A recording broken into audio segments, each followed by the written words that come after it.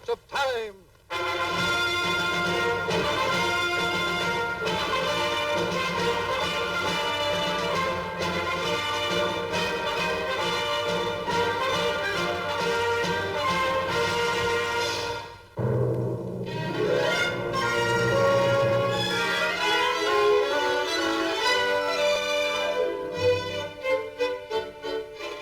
Throughout all time, men have sought in drink release from tension, care, and from the pressure of reality.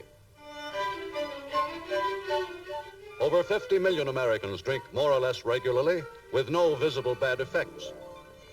A few million react typically and recognizably to alcohol, but still remain strictly occasional drinkers, sometimes victims of a glass too much.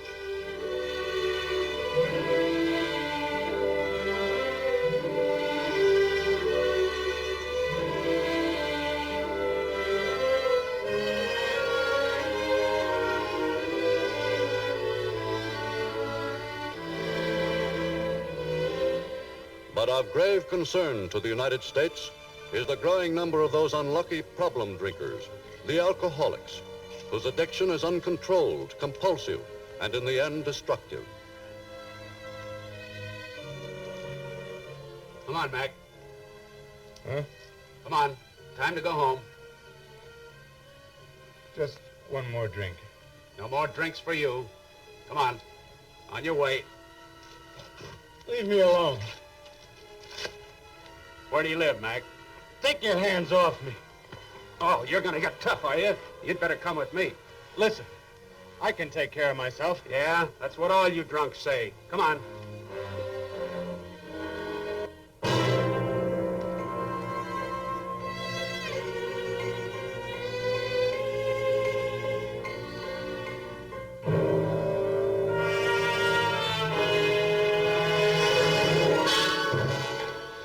Look, officer, I've got to get word to my wife.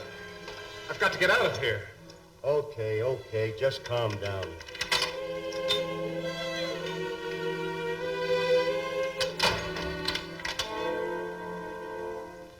That's right, Mrs. Lane. Walnut Street Station House. Ask for Sergeant Garrity. Yes, I'll be right down. Thank you for calling, Sergeant. Bye. I told you this would happen. Carousing, irresponsible. Oh, Mother, stop it, please. There's not a better man on earth when he's sober. And how often is that? He's just a hopeless drunkard. What am I going to do? What can any of us do? That alcoholics are not evildoers whose misdemeanors may be dealt with by punishment, but rather people in the grip of a mysterious inner compulsion to drink, is a concept society has not fully grasped. Yet the world has known for centuries the toll of health, of families, and of careers which drunkenness has taken. By precept, example, and exhortation, generations of temperance crusaders have carried on their work. Notable among them was Father Matthew, an Irish priest, who nearly a century ago converted 700,000 disciples in America alone. Later came America's bone-dry reformers, luridly denouncing the curse of drink, whose efforts were to be crowned in 1919 by the enactment of prohibition. Neighbors, take a look at your bright-eyed children. Do you know what the liquor industry wants to do to them? They want to feed them that old rot gut and make your fine, strong, healthy boys into sallow-faced drunkards ending up in the electric chair. They want your sweet, innocent girls to take to booze so they can be enticed into honky-tonks by slick-haired vultures who prey on the flower of American womanhood. I say alcohol must go.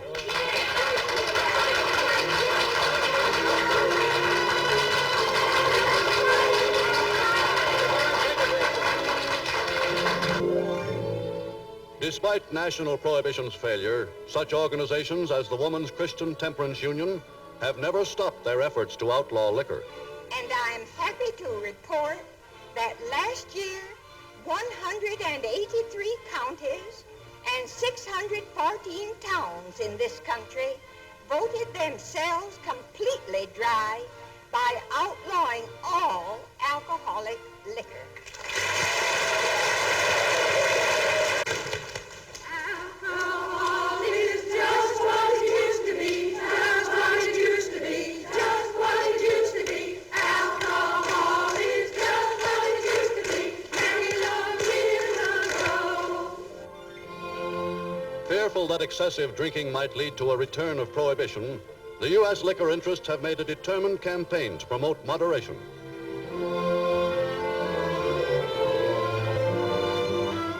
By an appeal to tavern keepers, the allied liquor industries are urging a curb on drunkenness at a major source. The first thing to remember in running a decent tavern is don't sell liquor to minors or to drunks. If a fellow's known to be a lush, see to it that he can't get a drink at your place. If there's a man standing up at the bar and you think maybe he's having too much to drink, there's just one rule to follow. When in doubt, don't sell him anything. We believe in moderation, so let's put it into practice.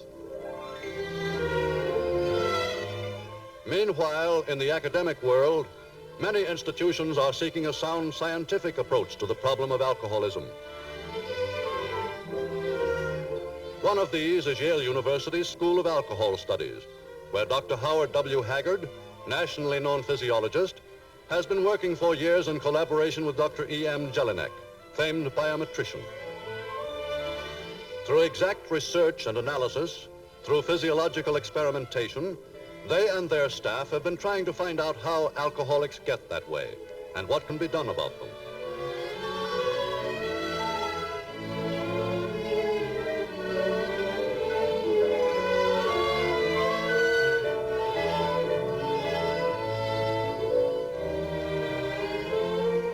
In the school's clinics, alcoholics referred by social agencies or applying on their own initiative may find help.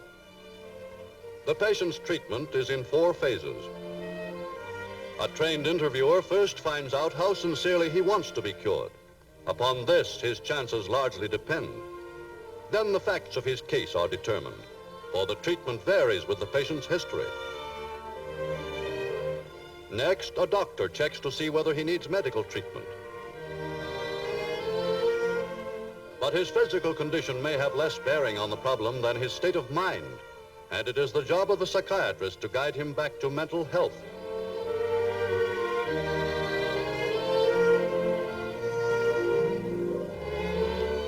The 4th phase is an attempt to correct whatever conditions may be wrong at home through interviews with the patient's family. Though its clinical work is necessarily limited, the school exerts a wide influence through regular publication of its findings and through its summer sessions where picked community leaders from all over the country come to learn and go home to apply their knowledge. In our town, the alcoholics are in as bad shape when they come out of jail as when they go in. Why is that? Well, that's because detention is not treatment. Sending the alcoholic to jail is based on a scientifically obsolete idea of punishing him, not of curing him. If a mother drinks while nursing, will the baby develop a taste for alcohol? If the mother were quite drunk, but still able to nurse, her milk might contain as much as 0.2% of alcohol. That's about as much alcohol as if you were to put 12 drops of vanilla extract in a glass of milk. The answer to the question is no. Our temperance work is correct in stressing that the use of alcohol leads to disease. Physical disease is the least important danger from the use of alcohol. The real danger is drunkenness. But from a New York headquarters, one of the most dramatic jobs in combating alcoholism is being done by the voluntary organization called Alcoholics Anonymous. AA offers help freely to any alcoholic anywhere who is willing to admit his own inability to help himself. And though not a religious organization, Its 12-step program calls for belief in some power outside the individual. Direct contact with those for whom help is asked is made only by AA members, who themselves have gone the long road from alcoholism to sobriety. That may be all right for some people, but not for me. All that pious stuff. I can't go for it. I couldn't either at first. But believe it or not, Fred, it works. I was in a lot worse shape than you are when Alcoholics Anonymous got hold of me. Well, anyway, I'm not that badly off. All I need is a little shot now and then. I can stop any time I really want to. You can? Then why haven't you stopped? Because you can't and you know it. Fred, you're ruining your whole life. All right, all right. Maybe I have got to have the stuff. Yes, I've got to. I can't help it. So what? Okay. Once you admit that, then we can begin to help you, if you'll let us. Do you want to get well? Well, what would I have to do? If a new member of AA is in bad enough shape, he begins his treatment in the hospital, where he is built up by rest and vitamin therapy. During this process, old AA members, working in pairs, with the more experienced guiding the less experienced, give him constant encouragement. All through his ordeal, the new member finds strong support in the company of the others. Here is a social group of which he can feel a part. And whatever his problem, others show how they have conquered theirs. 10 years ago, the doctors all gave me up. Said liquor was killing me. Said I didn't have the courage to stop drinking. Well, I didn't, until AA helped me get the courage. I've been dry for 10 years now. Any of you can do as much if you want, because you got 24,000 of us behind you. I began drinking after an illness. I lost my husband, my job, everything I had. Then I heard about AA. Well, I haven't had a drink since. Hope blossomed into faith, and the combination of hope and faith led to that eventual miracle which AA provides, sobriety. I don't know whether I'm happy because I don't drink, or I don't drink because I'm happy. You figure it out. AA stands ready to help each and every one of you stop drinking. We did it. We'll help you do it. We'll close the meeting in the usual way. Our Father, who art in heaven, hallowed be thy name. Thy kingdom come, thy will be done, on earth as it is in heaven. Give us this day our daily bread, and forgive us. As part of the therapy, the new member analyzes his personal failings and sets out conscientiously to remedy them. It is never an easy fight, and at times the craving for liquor can be overpowering. But at any time of day or night, another member stands ready to give him the help and sympathy he needs. Hello? This is Fred. Look, can you come over? I've got to go out and buy a drink. If I don't, I'm going to go crazy. I don't know how much longer I can hold off. Can you stick it out for a quarter of an hour? 10 or 15 minutes, and I'll be there. Okay.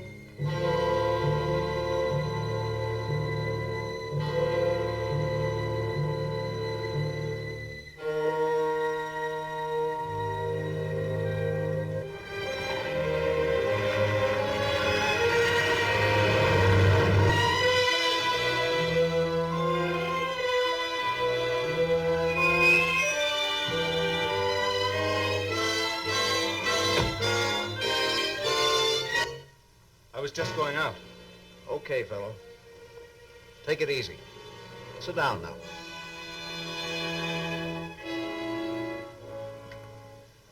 I know what you're going through. It's the same thing I've been through 100 times. Relax. Just relax. Remember the time I told you about when I was so bad that I couldn't sleep for 2 days?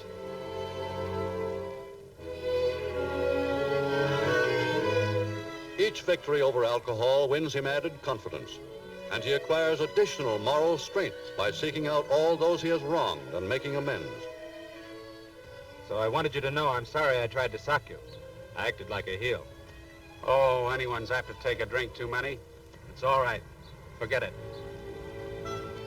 Of those who sincerely ask help, Alcoholics Anonymous claims 75% will recover, some immediately, some after several relapses, a rate of success far above that credited to any other method. But no true alcoholic is ever cured of his inability to handle liquor. As long as he lives, his only security is in never taking a drink. Listen, Fred, you've been on the wagon long enough. How about just one little quickie? No, thanks. You see, with me, it wouldn't be just one. You don't mind if I do you? Not a bit. But just give me plain ginger ale. Alcoholics Anonymous is spreading in the U.S., Great Britain, Canada, and Australia.